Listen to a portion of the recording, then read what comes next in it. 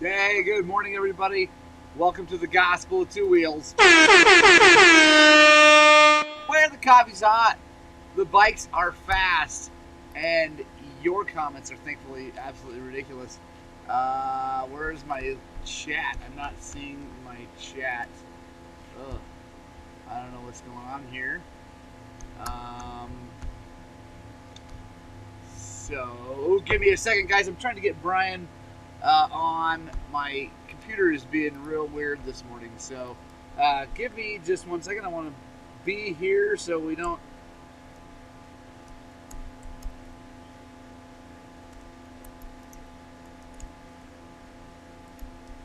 Sorry, guys.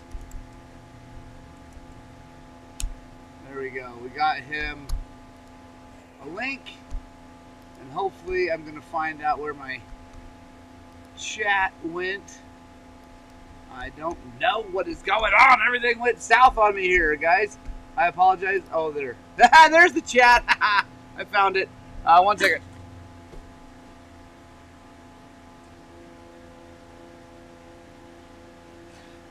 Turn off the crazy loud heater, and we are good to go. It is great to see you guys all here. Wow, there's a lot.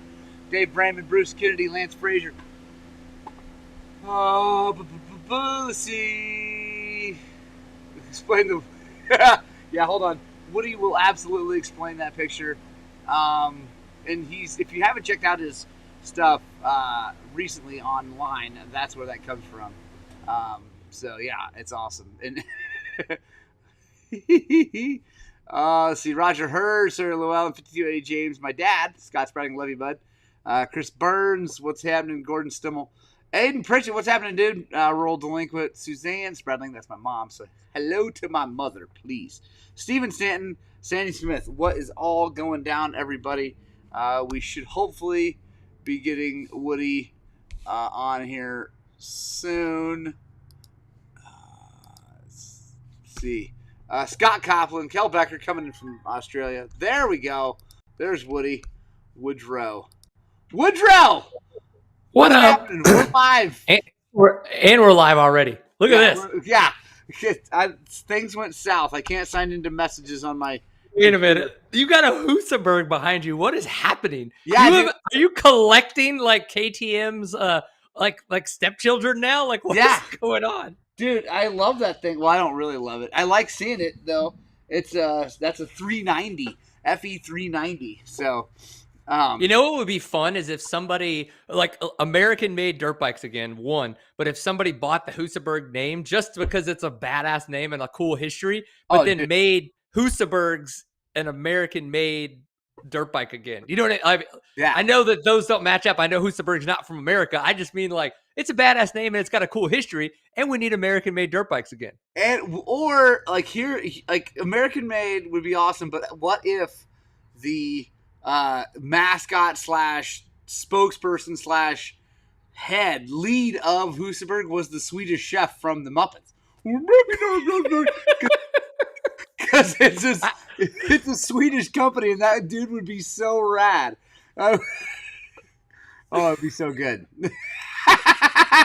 I think that's what we need more in this world, right? We need more of that. Like we need more. Just ridiculousness and funny. We need less people taking themselves so seriously. Thank you very much. Like way less like cinematic. You don't have to have an opinion on everything and stop taking shit so serious. Like yeah, exactly. Absolutely. 100%. It would be so good if for instance, so we're here, by the way, guys, you're watching. Thank you guys for joining us. We love you all so very much. Woody will explain the picture, the thumbnail from today, and what that was all about here in just a bit. But we'll let the comment section decide. Oh yeah, caption that photo. I'm gonna make a video here very soon. I got to make this. I might do it while I'm in Mexico. But I'm gonna talk about how I like Axis bikes better than Ally bikes. And how the war, World War, I was very happy that World War II ended the way it did, but the reality is I like bikes built by fascists. And because I just don't know that they're still fascist. That's the only thing. Like your obviously, logic, like obviously they're not, but like clearly they're not. But I just like, but you know, they were. I mean, you know, coming out of the war, Japan, Germany, Austria, they hated us, and I feel like there's some little part of them is just trying to still win a little bit. That's why they're making. I mean, they're not fascists anymore. They're not oppressing people anymore. I hope, but they're still trying to win a little bit. They still feel a little bit bummed about the war. So like, we're just gonna build better things. That's why the Shurikans, and I'm just doing that to poke the bear. They're still running away just a little bit. They're still. I don't know why, but you saying this made me have a question, and I'm going to ask it. So, Cobra motorcycles make phenomenal race, American-made, badass little 50s and 65. They're making wicked cool electric kids motorcycles. Why haven't they made a big bike? Like, what is the difference there, right? In the sense of like the cost benefit and the return on spend and all that stuff that they wouldn't make an American-made Cobra full-size dirt bike. Well, so I think that is definitely their goal in the long run. I've heard through some grapevines that is their the Woody and Morgan puppet show would be good. But and if that question is too serious for the moment, we can skip it to come back to it. Like it's not too serious for the moment. I think it's a good question, and I think so I think the short answer is hopefully that's coming. That's their plan, right? Because they started with just 50s, now they got 65s, and now they're doing the electrical thing. I think the reason is that those bikes are very, very simple, right? The little mini bikes. There's no. I mean, the 65 has a clutch, but the 50 doesn't have a clutch. It's a crazy simple motor. It's relatively inexpensive to develop and make into a thing. If you look at the cost of that motorcycle, you wouldn't think it's inexpensive to make. No, you would not. No. But that is also the part of building something here in the United States. You're building something. Those child labor laws getting in the way of cheap labor. All that OSHA crap. All that safety. Moto Muppets. I love that. We could be the Moto Muppets. The Morgan and Woody show now, the Moto Muppet show. I like it. Okay, that's it. From now on, when we do a Woody and Morgan show, it's the Moto Muppet show here on out, like to eternity. I love it. I love it. And you brought up the short. Yeah, keep going. I'd love to see it done, but obviously every time that's been tried, it has failed miserably. And I think it probably has to do with the labor force, the way things are built here. I don't know. I mean they build cars and stuff here. I mean Toyota builds cars here, right? Like so it seems like they could get it done. But also the other thing is that motorcycles are not really all that profitable, really. Like it. Right. I mean that's why Honda, Yamaha, Suzuki, Kawasaki all are tiny slices of huge companies, right? Right. And KTM, the whole KTM conglomerate is one of the few that like has pulled it off as just a moto, but actually they're a tiny slice of a larger company that owns them now too. So yeah, exactly. And I've heard, again, I don't own a moto, a shop, but I've heard that like the markup on selling a dirt bike is pretty stinking low, and that you're just hoping that when someone comes in, that one, they come back for service, so that you can make your money there. They're going to get parts from you, but then when they buy the motorcycle, they're adding some kind of packagey thing onto it, and then you're making your markup on that kind of stuff. So it's like you add the cost of making it in America to that, and you're like, it's kind of nuts. Yeah, it's all of a sudden they're $18,000 bikes instead of $12,000 bikes, and now it might as well just buy an e-mountain bike at that point. Like, what are we doing? Might as well just put the spandex on and buy an e-mountain bike for 10. Go on. So, Woody, let's talk about the picture and how that happened. Yeah, dude. So here's the thing. Like we are very energetic, outlandish people. And I think that others enjoy that. Some people don't. And you know what? Get over it. That's okay. Yeah. This is who we are. And I think we're becoming more and more comfortable in our own skin, like leaning into that. Like, yeah, I kind of look for times that it's like, how can I make this just a little bit more awkward, because it's gonna like creep on people a little bit. And that's what this was. Like I do enjoy wearing like a cycling bib, because it kind of keeps everything nice and tight instead of just shorts, because the shorts always kind of fade and move down. And I've tried different powders and creams and chamois butters and whatever. And as I was applying that one day, I was like, this could be fun. Like this is that level of awkward that I can take this to. So yeah, it's that reel that I made where it's like, because I've seen it before in the cycling community where people are like lovingly spreading their chamois butter on the chamois before they put it on, or then the people are like doing what I did, where you just like dump it in your hand and then you just get all up in there and like awkwardly touch yourself with, everybody's like, oh, he's applying chamois butter, or oh, he's got the powder. And yeah, that's where that picture came from. So you were like, I need a funny picture. And I was like, I mean, Woody awkwardly touching himself. Sounds like that's probably where we should go. I feel like that's probably, that's almost going to be an answer to a lot of questions. Woody awkwardly touching himself. The shirt can't broke again. Woody was probably awkwardly touching himself. Yeah, exactly. His motorcycle. Let me look at a couple questions here. Yeah, absolutely. Travis Shawn says, what about BRC Canada? Got about 13K in my KTM. BRC, those things are awesome. Those 500s are rad. As far as like making money, those companies, I think companies that make aftermarket cool guy stuff make tons of money. Bulletproof Designs is a very solvent company.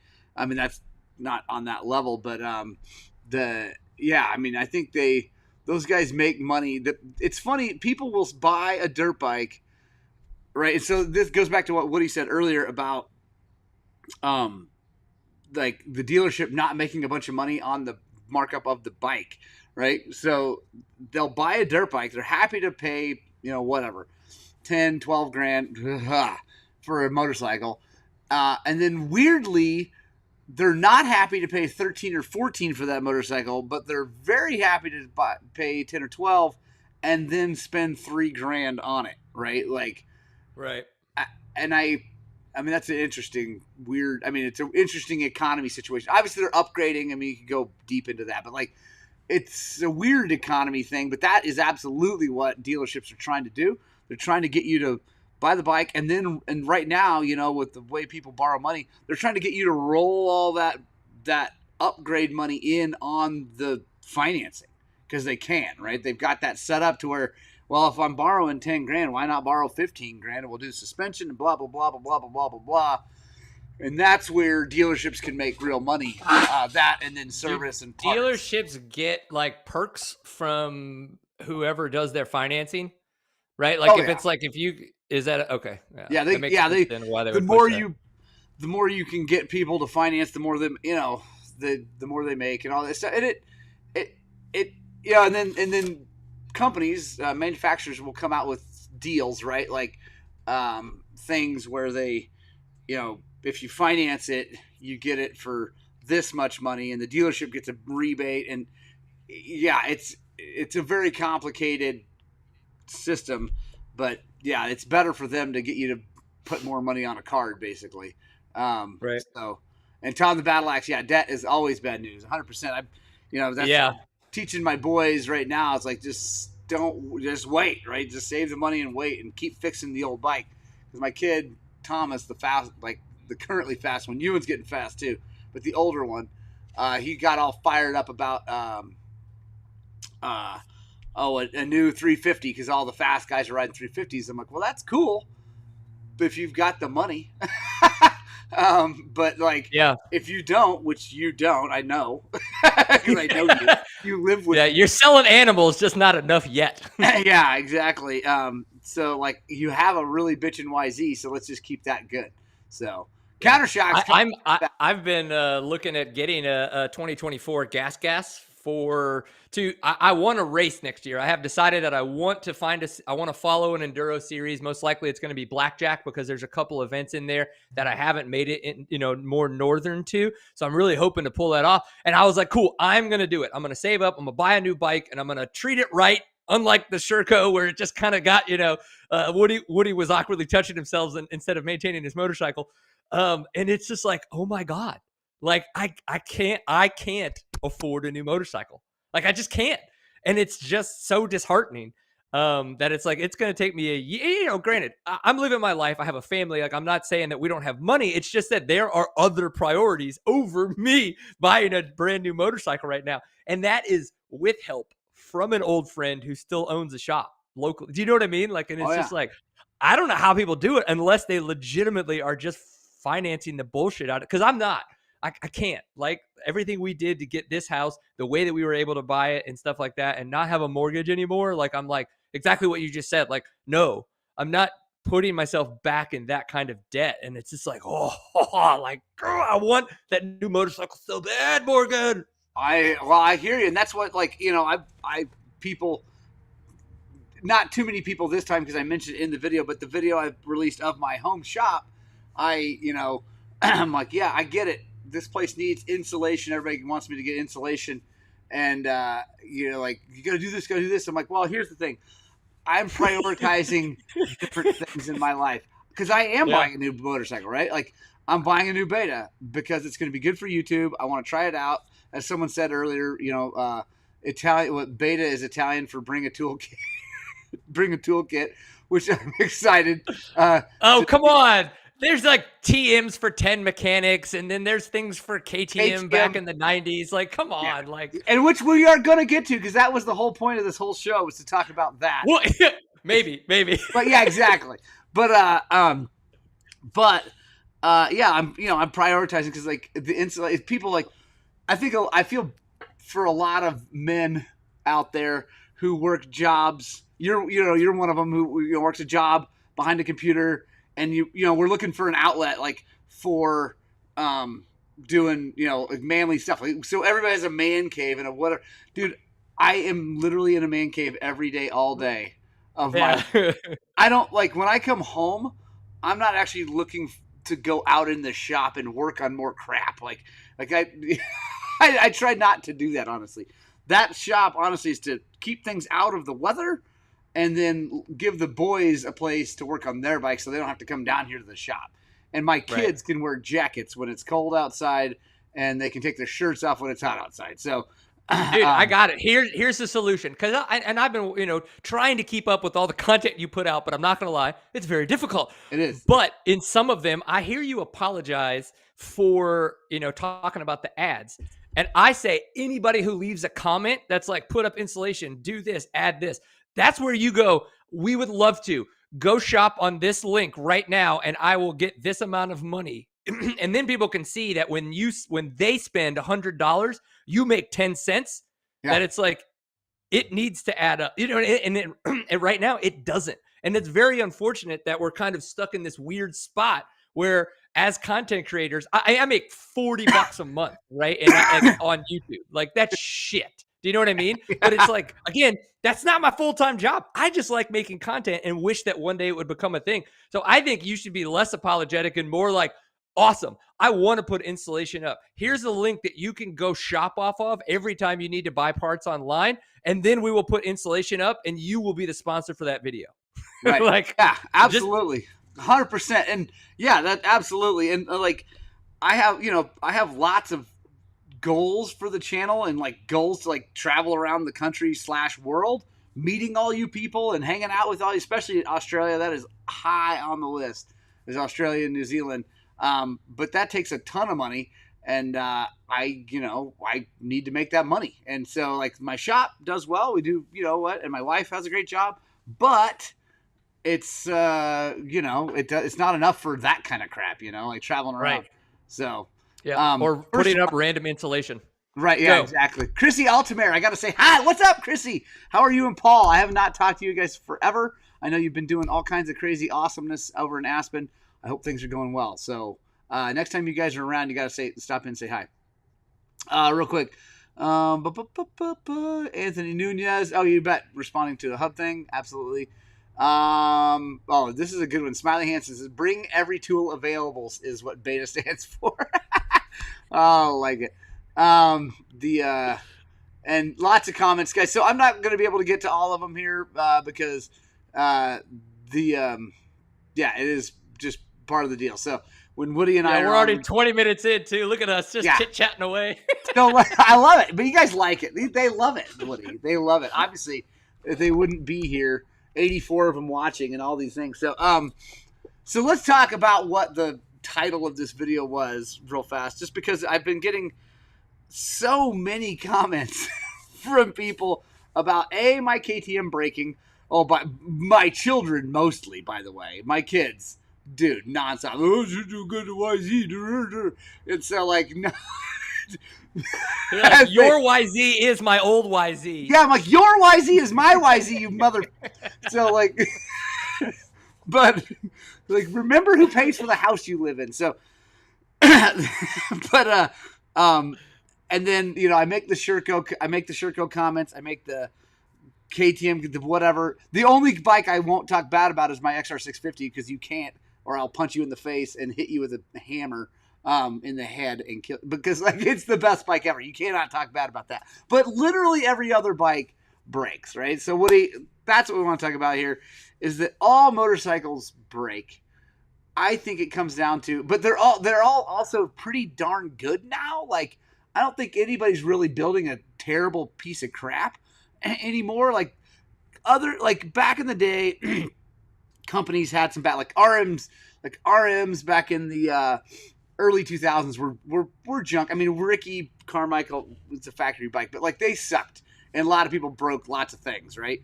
Yamaha, like the early four strokes were impossible to start. Honda valves, CRF valves were terrible, right? KTM's were just horrible for a really long time. Shercos are actually pretty darn good, but they got some weird engineering going on in there. So anyway, they all break. I think the thing is we all have to find the bike that fits us, like physically fits us, and then also emotionally fits, right? One that we can defend, one that we can lean into and defend with our friends. And I'd love to hear what you have to say about that, Woodrow, as a Sherco. Yeah, no. See, here's the thing, man. I actually, in the spirit of this conversation, I was like, man, when did I buy the Sherco? I've had the Sherco for 6 years, Morgan. Like, that's ridiculous, right? And the problems didn't really start coming up until I started riding more again, like getting back on the bike very consistently and not taking care of it. Like, you know, like not actually doing the required maintenance for the things that are happening now that I'm putting more hours on the bike again. When it sat for 3 months and I didn't ride it and went, you know what I mean? It was good. But I just think the question so I think it's interesting. I've had the Shercant for 6 years, but I wanted to ask you in this, like, what is the most consistent fault on all motorcycles? Like, catastrophically. Like, that was the thing. When your motorcycle broke, it seemed that it was like, oh my God, this catastrophically failed, right? In the long run, we knew it was the Bendix. You got very lucky, right, that it didn't catastrophically torch anything, but you've worked on so many motorcycles for so long. Like, what is that consistent catastrophic failure that happens that we can all kind of like learn from and be like, oh God, like, I don't want that to happen. So, and there's probably ways that we could make it, you know, keep it from happening. Right. Well, hands down, absolutely 100%. And I feel like I could talk to Zach if he were here, Richie, all the mechanics that have worked with me, all the mechanics I know. I think everybody here, I think you're all going to agree. It 100% is lack of air filter maintenance is what, and then that leads to some sort of failure, right? Like on a two-stroke, it leads to worn out crank, worn out cylinder, like that. Like, it doesn't usually it just slowly degrades the power and eventually doesn't start, right? On a four-stroke, it's usually a much faster, horrible problem when you do that. Yeah, Josh Hartlerow jumped in, lack of it. So it's and like, seriously, oil changes. I mean, the new four-strokes, they need oil. You got to be up on top of that. But like, literally, if you just maintained the living crap out of your air filter and kept the inside of that air box shiny perfect all the time, I really believe almost any bike nowadays would last a very long time, like with very few problems. Okay, so I'm gonna ask you then, what's the why behind the air filter maintenance? And my assumption is that there's not enough air getting in, so there's like either a pressure that's building up, or it is the fact that legitimately like dirt particles are getting in, and that's what's wearing it away. But like, why is air filter maintenance so It's important to what's happening in the engine? right. It's dirt. Dirt gets by Dirt. Okay. because if you like if you oil an air filter well, and it's not so much the cleaning as it is oiling properly and getting it seated properly. Hmm. Because if you oil an air filter well with good oil, and I'm not a fan of no oil, but if you change it out all the time, like if you're consistent, and you're riding a lot, and you're changing your air filter, like doing it a lot, no oil actually works just fine. But if you get enough oil on that thing, good oil on that thing, it will plug up and the bike will stop running before dirt gets in the motor, right? So because it'll just clog shut, like no air gets in, and the Right. bike No stops. air. Right. And that that's a bummer, but it's not a blown up motor, right? So and I've had it happen in Mexico actually quite a few times with the silt beds are so freaking gnarly that the silt comes up like it gets in front of your bike. It's like water. It's crazy. So it sucks in the air box, and I've killed lots of bikes down there with the air filter just clogged shut. But the motor was fine, right? You take okay, good. But what happens? What I see all the time is not doing it often, so it dries out. So that's another problem, is if you get a bunch of dirt on there but it's still running, but you never do anything about it, then it slowly dries out, and then dirt starts getting past that, and then wears things out. And then or more likely is people just don't put nearly enough oil on it.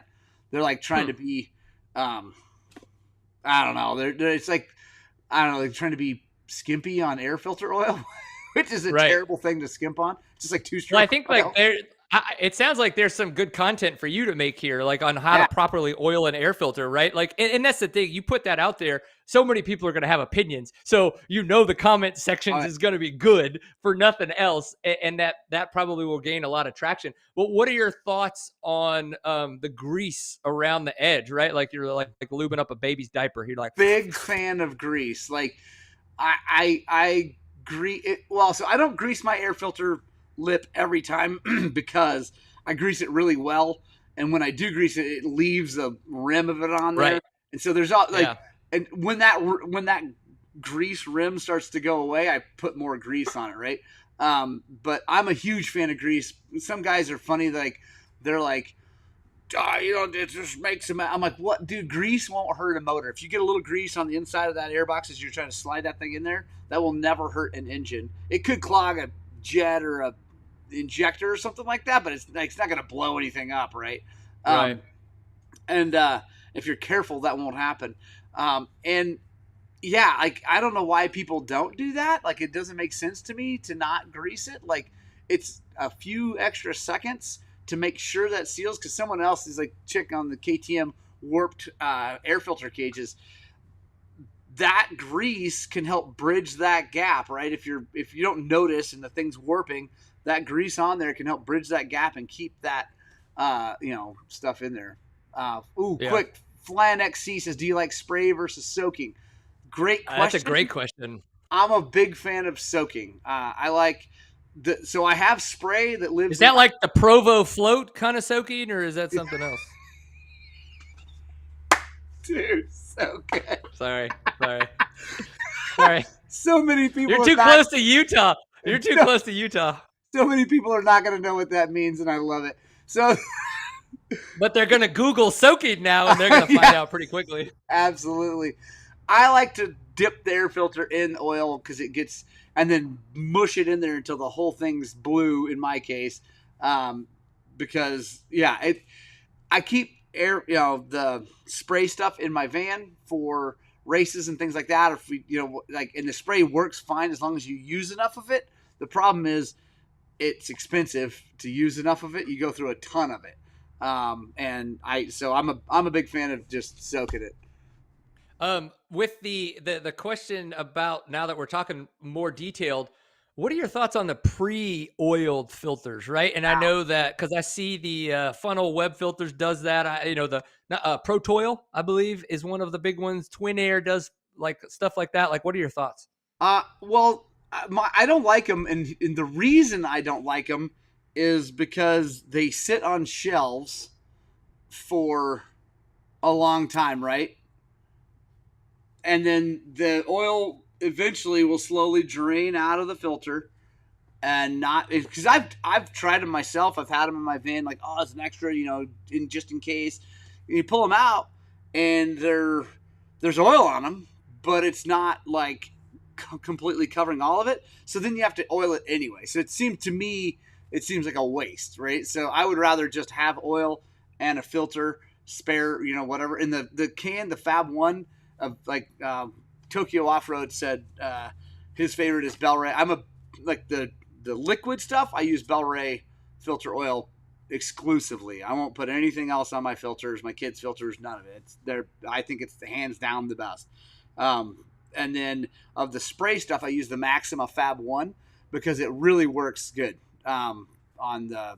And that's kind of like you're taking the oil, like you're saying, and squishing it in, but then the spray is that stickier spray that you can then kind of put on the outside of it. No, the spray is for if I'm at a race and because the way I do the liquid oil is I have a bucket and I dip them in there. I just don't take that to races because it's a big thing. Got it. So I put I've got a can of that stuff. Always got a can in my little chemical thing in my van, so that, like, for instance, this weekend at the race in Aztec, it was super dusty in practice. So we got back, we pulled the air filters out, chucked them in a bag, and put new air filters in. But I don't pre-oil them.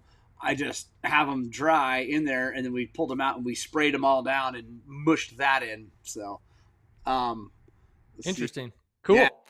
I like the idea of like heating the oil. Have you ever tried that? Have you ever? I haven't ever heated the oil. I don't have a way to do that safely here. I'd probably melt the container, I think. Austin Ride said, I'd like to hear Morgan's opinion on piston replacements on KTM 350s, 100, 150, 300. So, Austin, it all depends on how hard you ride, how much time you spend against the rev limiter. But, I think that on modern 350s, you are super safe to go to 200 hours. I wouldn't go to 3. I think that's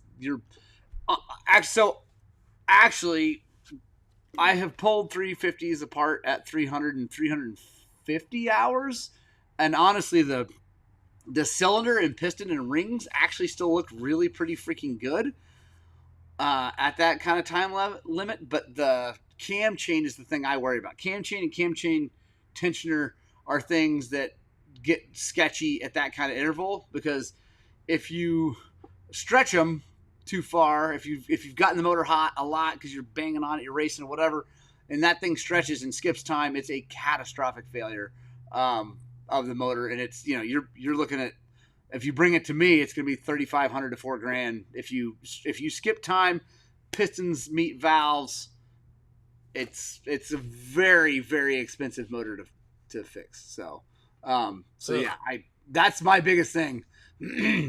Yeah. I saw a good question in there. Now I'm like missing it. Where'd it go? Ooh, a cheap crock pot. That's good. Yeah, that is a good one. Filter skins. You keep looking for yours. Filter skins, countershocks. Those things are great for practice. And I actually have some cool ones I got from Ben Nicholson, First Trek Moto. They're just hair nets. I mean, they're literally just hair nets. And if you put them over, they're super cheap. Put them over, and then you take a little bit of that spray and spray the hair net. It's great for practicing one day and then racing the next day without having to do it. So, I think Jared Reed Bale's comment is kind of like, I think that has been a deal where and because it kind of lays into what twin filter oil saying, like wait X amount of time before you put it in the bike. Like, have you noticed, or do you have a process in the idea of like putting oil in the filter, letting it soak, doing the thing, squeezing it out, and then not putting it in the bike for X amount of time because it's kind of like maybe some of that excess oil should drip off? Or is it kind of like once you squeeze it, you kind of know how to squeeze it and then you stick it in? Yeah, good question. So if you do a good job, first of all, if you start with a very dry air filter, that the dripping out is less of a problem, because a lot of times we get in a hurry, right? Because we're cleaning air filters. Maybe we don't have 5 or 6 or 3 or whatever, and you're cleaning an air filter and you're trying to dry it off, whatever. I gotta go, so you oil it before it's totally dry. Even though water and oil don't mix, well, actually that's the problem. Water and oil don't mix. It'll drip more oil out. It's not like dangerous for the motor because there's usually plenty of it. If you squeeze it all in there, you're good. But you will lose. You'll get a mess, right, on the swing arm usually. And then, but then, so for me, I don't really have a problem with it dripping, even though I put them right in, because I'm careful to make sure I don't over oil it, right? Like I squeeze enough out. I make sure I have in my mind, I have a color of blue that I want that thing to look, and I'm mushing it down in there and getting it all. And so I don't really have a problem with it wanting to run out. My kids actually do. Like I looked at both their bikes, after practice and before the race, and they both had little drips of oil, air filter oil on their swing arm. Okay, whatever. That doesn't hurt anything. Right. Like, got it. More is better. Like it's always like, because I had my kids 144. I made it not run, that I got from Roger Hurt. I made it not run very well by putting too much oil on it one time, and it's a bummer, except for the fact that at least the motor wasn't blown up. So that's Yep. my thing.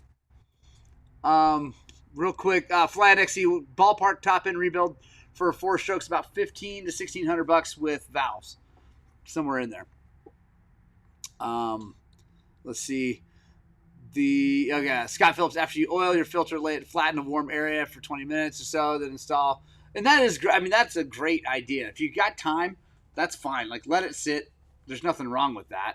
But Yeah. Yeah, the majority of the time after I get done cleaning them, that's kind of where I'm at. I'm like, okay, like I'm not about to run off to a race, or like if I'm bringing stuff, I do either leverage the pre-filtered or it's clean and I bring it with me and the pre-oiled, and I'll bring it with me, or I'll oil it here, put it in the Ziploc bag like Scott's talking about, and bring it with me so I can kind of quickly, but most of the time, because it's in the Ziploc bag, and to your point, like however it sits, the oil's going to settle. I'll just kind of like in the Ziploc bag to kind of maneuver it around and maneuver it a bit, and then stick it in there. And I'm typically a pretty heavy greaser in the sense that like I kind of do that every time. Even though like I like your point about if the ring is there. To be completely honest, I probably don't even look. I'm just like, okay, did anything get in the airbox? Nope. Boop. Yeah, that's fine. Like, absolutely. Like, who cares? Like, I remember getting into I wouldn't really call it an argument, but a discussion with a mechanic once. Like, he's like, why do you do that? Why do you put, I'm like, who gives a crap if there's extra grease on, like, dude, there's no dirt. The thing I don't want in my motor is dirt. I don't really care about the grease. Like, now obviously, you go stupid with it and slather it all in there and it covers up nowadays, because the problem is now all these stupid bikes are fuel injected. So yeah, you get a bunch of grease or oil on sensor, mass airflow sensor, they foul up and then the bike doesn't run. I get it. Like, that's annoying, but trust me, as annoying as it was to lose a race because of a Bendix failure, not finish a race. Okay. Well, I lost not lose a race. Yeah. You did not finish said race. Right. So there's no way you're going to win it if you don't finish it, Morgan. Right. Yeah, exactly. I didn't even finish a lap.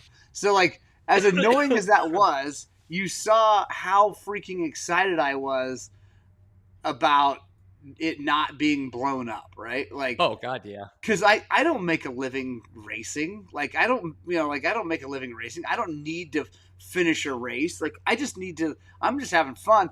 So as long as my bike isn't scattered into a million pieces, that's the thing that makes me the happiest. So extra grease and all this. And Jared Bayless, yeah, he says Megs Brat made a funny video about greasing the air filter. Super funny, dude. I saw that. It is hilarious. What, the Megs Brap one? Yeah. So okay, fun. I gotta. Is that Instagram or YouTube or yes? It's probably on Instagram. It's funny, dude. Okay, cool. I gotta check it out. Yeah. I feel like now that we're talking about this, I need to figure out how awkward Woody would lube an air filter. I feel like along the lines of making the awkward powder monkey butt video, there's an awkward lubing an air filter video in the works that I need to figure out. I feel like maybe you could put an air filter in someplace and then pull it back out and have it all lubed. Ooh. With the magic we will let it percolate. Yeah, I like it. I see Adam Michael, what is your thought about changing DirtTricks cam chain tensioner versus stock KTM? My hands down, Adam, get the DirtTricks cam chain tensioner. KTM ones are better now than they used to be, but they still are hydraulically operated. And if you have a bad day and your oil gets a little bit low, but it's not low enough to blow the motor up, you can skip time on a cam chain and have it anyway. So it's, yeah. So DirtTricks cam chain tensioner. If I had a 4-stroke KTM, I'd have that for sure. That's going to be the interesting thing for me because I think my 350, like if I do wind up getting onto a 4-stroke again because of just racing more specific, that's going to be such a learning curve. I haven't had a 4-stroke. I had a 13 350 XC, right? And then after that, 15. And it was in 17 when I bought the Sherco. And so it's like, I've been on that Sherco for so long and I've been on a 2-stroke for so long. There's going to be a lot more to remember about a 4-stroke, but it's really just maintenance, right? I mean, it's just like, don't skip the maintenance and then typically should be good. Yeah. Oh yeah. Don't skip the maintenance. And again, the air filters, like every part of maintenance is more important on a 4-stroke. Every part of it is way more important because it's, here, Jared asked, what's your channel? It's Seat Time. I'll type it here. Oh yeah. You'll see a red logo with the Seat Time across it, kind of in that, we call it the stoked look, but it's got that energetic, kind of lightning bolt. Stoked. Seat Time twice. There's two of them. Yeah, exactly. They're to use your wife's dishwasher. Oh my! That is that's some content to make right there. Yeah, like pulling all your air, and then your wife is just like I don't know. There's something fun there to be had. It would be. Well, good. I'm gonna have to drop because I got to go get ready for my first official meeting of the day. But dude, congrats on 25,000 subscribers. Like that is so awesome, man. Yeah. Like it's been so fun to have met you, and you know what I mean? Like we chit-chatted for so long, but then we got a chance to meet in person, do this, and you were like, I don't know, like the past year and a half that we've known each other, it's just been amazing to watch that happen and to see the consistency that you've put into it. So that's a lot, dude. And not just like a number, but I mean like what you've created is awesome and a lot in that. So seriously, dude, yeah, it sucks that we kind of like have to feel like a number means something, but in the long run, we're just getting it to see your work pay off, if that makes sense. Right. And it does mean something, mainly because that number, like, I don't really care because I like you, I just like doing this, right? Like I just like sharing my moto life with the world because of the comments I get, the emails, the things like, saying, thank you so much for doing this. I'm hurt right now. I can't ride. I'm living vicariously through you, or they're learning things or whatever. Like that's the stuff that's important to me, and having people just stoked on the information. And then as a little brother, I like poking the bear. So it's fun for me to like get people fired up. Like I can't help it. I'm just like, it's like, because people get mad and I'm like, oh really? That makes you mad? It's almost like we're button pushers. Yeah. It's like, does that make you, what if I do this? Does it make you more mad? Because I'm just laughing. So it's a good time for everybody. All right, guys, Right on. let's let Woody go. Punk Rock Club. Thank you guys for sticking around. Thanks again. Ron Hartle, it's on Meg's Brap. I love you guys. I love you, Woody. Yeah, thank you guys so much for joining us.